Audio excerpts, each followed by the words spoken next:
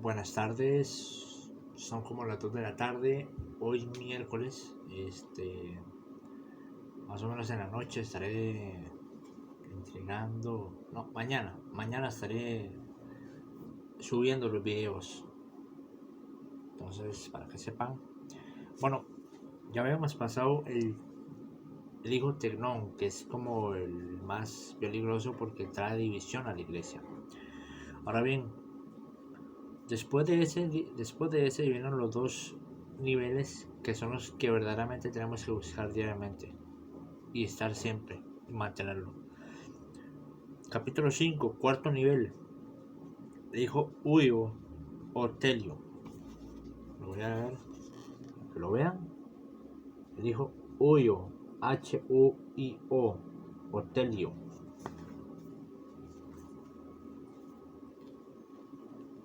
Dice, hablamos sabiduría entre los que han alcanzado madurez en la fe. 1 Corintios 2:6.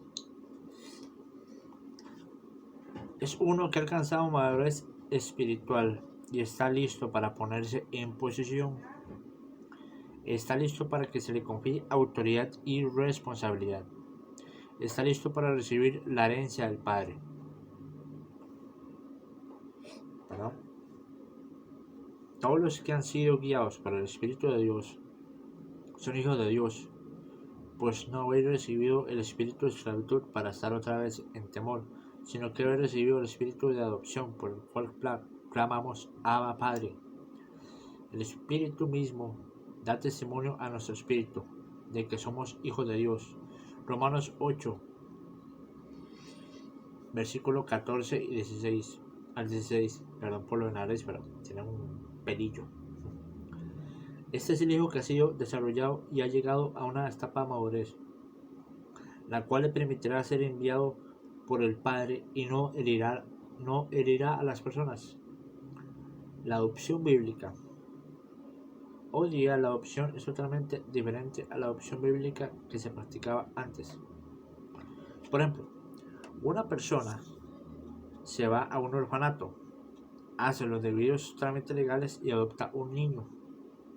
En la antigüedad, el padre entregaba a su hijo al tutor y éste se encargaba de enseñarle obediencia y servicio. Una vez que el niño era adiestrado en todas las áreas de autoridad, la responsabilidad del tutor era devolverle el hijo al padre cuando cumpliera los 19 años. Antes, ¿qué hacía el padre? Hacía una ceremonia donde le decía: hijo, ya te puedo confiar la administración de los negocios, te confío autoridad y responsabilidad, te quito el tutor y te pongo bajo mi cobertura. Al final, le ponía un anillo y lo enviaba, luego de decirle: tú eres mi hijo amado en quien mi alma tiene complacencia. Estas fueron las palabras del Padre cuando Jesús fue enviado al ministerio. Sino que está bajo tutores y administradores hasta que el tiempo es señalado por el Padre. Gálatas 4:2. Asimismo es en lo espiritual. Cuando una persona está lista para ser enviada por el pastor e ir a hacer la obra de Dios, es porque ha sido fiel, leal y probada en la iglesia. Una vez que la persona haya madurado y esté lista para ser enviada como hijo de la casa, entonces el pastor le impone manos y lo envía con su bendición. ¿Cuál es la diferencia entre ser llamado y ser enviado? Una cosa es ser llamado por Dios al ministerio o a la obra de Dios, y otra cosa es ser enviado por Dios para servirle. Entre ser llamado y ser enviado toma un periodo de tiempo dentro del cual se desarrolla, se prepara y se equipa a la persona. Algunas veces eso toma años. O sea, ser llamado es cuando te dicen: te he llamado a ti por pastor, por evangelista, por profeta, por apóstol, por maestro la palabra. Enviado es cuando tú ya has desarrollado eso que te dieron, que te dijeron, y ya estás listo para ir a otro país, a otra comunidad, a otra región del mundo, a declararlo y a ejercerlo. Eso es. ¿Cuál es el proceso de Dios para ser enviados como huíos o hijos maduros? 1. Escuchen bien, Dios nos llama. Él es el único que llama. No es una organización ni es un hombre. 2. Dios nos prepara. Hay un proceso de preparación del carácter de la familia y la preparación bíblica en el conocimiento de Dios. Parte de esta característica son las pruebas. Cuando te vienen pruebas, tienes que pasarlas, tienes que seguirlas, tienes que conquistarlas. Es como conquistar un temor, es exactamente lo mismo. Analízalo, consigue las pautas y vence esa prueba. 3. Dios nos separa y nos ordena. Este es el momento donde el Señor nos separa del pecado, del mundo y de cosas que nos impiden nuestro crecimiento. Este es el momento donde se nos ordena al ministerio en una ceremonia pública. 4. Dios nos envía. Esto fue lo que ocurrió en la palabra de Dios con Pablo y Bernabé en el libro de Hechos, cuando Dios los envió. Espere a ser enviado, que el Señor lo respaldará y lo suplirá. Hechos 13, versículo 1 y 2. Hay muchos creyentes que se fueron antes de tiempo y no esperaron a ser enviados como hijos, y como resultado perdieron su herencia, tal como le sucedió al hijo pródigo. El apóstol Pablo fue llamado por Dios y después de 15 años fue enviado. Lo mismo ocurrió con Jesús, que le tomó 30 años. Y a David le tomó 15 años, desde que lo ungieron hasta que se convirtió en rey. Antes de que Dios envíe a alguien, primero Dios le confirmará el llamado y la cobertura espiritual, y el pueblo también lo hará. Hay un momento en su vida donde Dios mismo le va a decir: ahora puedo confiarte mi unción, mi autoridad y mi herencia. Ya no tienes que estar bajo tutores o adiestradores, pues estarás bajo mi supervisión directa. Ya te puedo confiar con tu propia casa. Eso de la casa también se refiere a lo que es la familia. Son dos tipos, digamos. La casa espiritual, que es el lugar donde usted va a ir, y posiblemente si usted ha pasado todas las pruebas, el Señor le dé la bendición de darle a la esposa que usted tanto ha deseado, o esposo. Obviamente me refiero, aquí me estoy refiriendo y hablando a personas de diferentes sexos. Entonces hay que ser paciente. La paciencia y la paz es lo que más cuesta ganar en el camino del Señor. Recordemos que cuando Dios nos confía algo, no lo determina por nuestras habilidades, dones o talentos, sino por el carácter y el fruto que hayamos desarrollado en nuestro caminar con Él. La mejor forma de Dios de enviarlo y llevarlo a ser un hijo es poniéndolo bajo la autoridad de alguien para que usted le sirva. Por ejemplo, Moisés preparó a Josué, Pablo a Timoteo y Elías a Eliseo. Al servir a Dios se desarrolla el carácter, y al esperar en Dios se vencen las adversidades. Al aprender a perdonar a otros y a conocer a Dios íntimamente, se encuentra el fruto. Al tener un llamado y ser usado por Dios no significa que Dios ya nos confíe su autoridad y su responsabilidad. Hay un proceso desde el momento de ser llamado hasta que se es enviado. Josué ganó una batalla cuando Moisés estaba en el monte. También fue uno de los espías que trajo un buen informe. El ser un guerrero y tener gran fe no lo calificó para que en ese momento se fueran solos a iniciar su propio ministerio. Otro ejemplo fue David. quien venció a Goliat y después fue ungido como rey. Sin embargo, aún no estaba preparado para ser líder.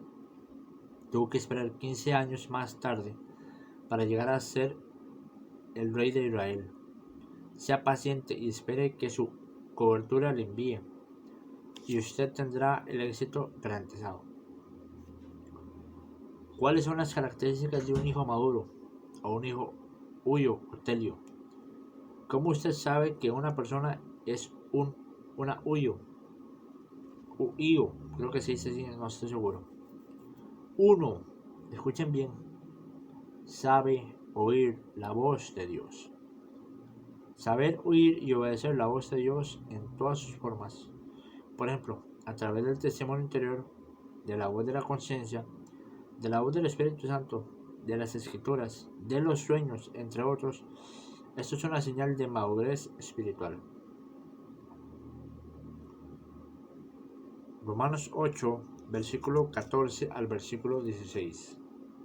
En otras palabras, en ocasiones el diablo también habla. Usted tiene que reconocer esa voz y omitirla. Solo busque la voz del Espíritu Santo. Segunda característica. Está muerto a la alabanza y a la crítica. Este es importante, escuchen. Hay algunas personas que les gustan las alabanzas y los halagos de los demás, pero no pueden manejar la crítica.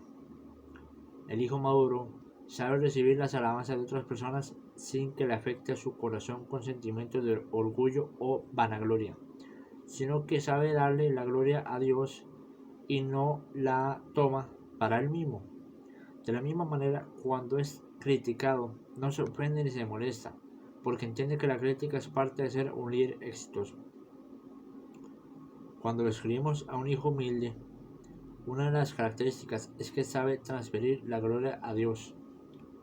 Sabe quién es Él en Dios y reconoce que todo lo que es Él y todo lo que tiene proviene de Dios. Por eso, ni la alabanza ni la crítica le afectan. Romanos 12, versículo 3.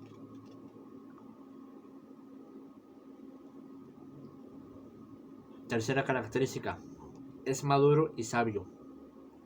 La sabiduría es parte del creyente maduro. Es una persona que sabe aplicar el conocimiento que tiene la palabra en su vida diaria.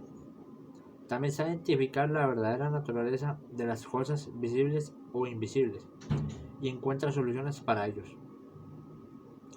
La sabiduría es la mayor virtud de una persona que ha alcanzado madurez. Primera de Corintios 2, versículo 6. Característica cuarta. Lleva mucho fruto.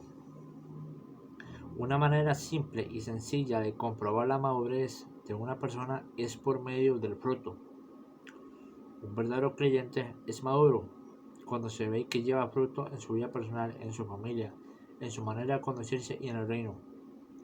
El fruto es la evidencia más exacta para identificar una persona madura. Guardaos de los falsos profetas que vienen a vosotros vestidos de ovejas, pero por dentro son lobos rapaces. Por sus frutos los conoceréis. ¿Acaso se recogen uvas de los espinos o higos de las abrojos? Así todo buen árbol da buenos frutos, pero el árbol malo da malos frutos. No puede el buen árbol dar malos frutos, ni el árbol malo dar buenos frutos. Todo árbol que no da buen fruto es cortado y echado en el fuego. Así que por sus frutos los conoceréis. Mateo 7, versículo 15 al versículo 20. Quinta característica. Conoce su identidad en Cristo. Una persona madura conoce quién es Él en Dios, conoce su propósito y su llamado.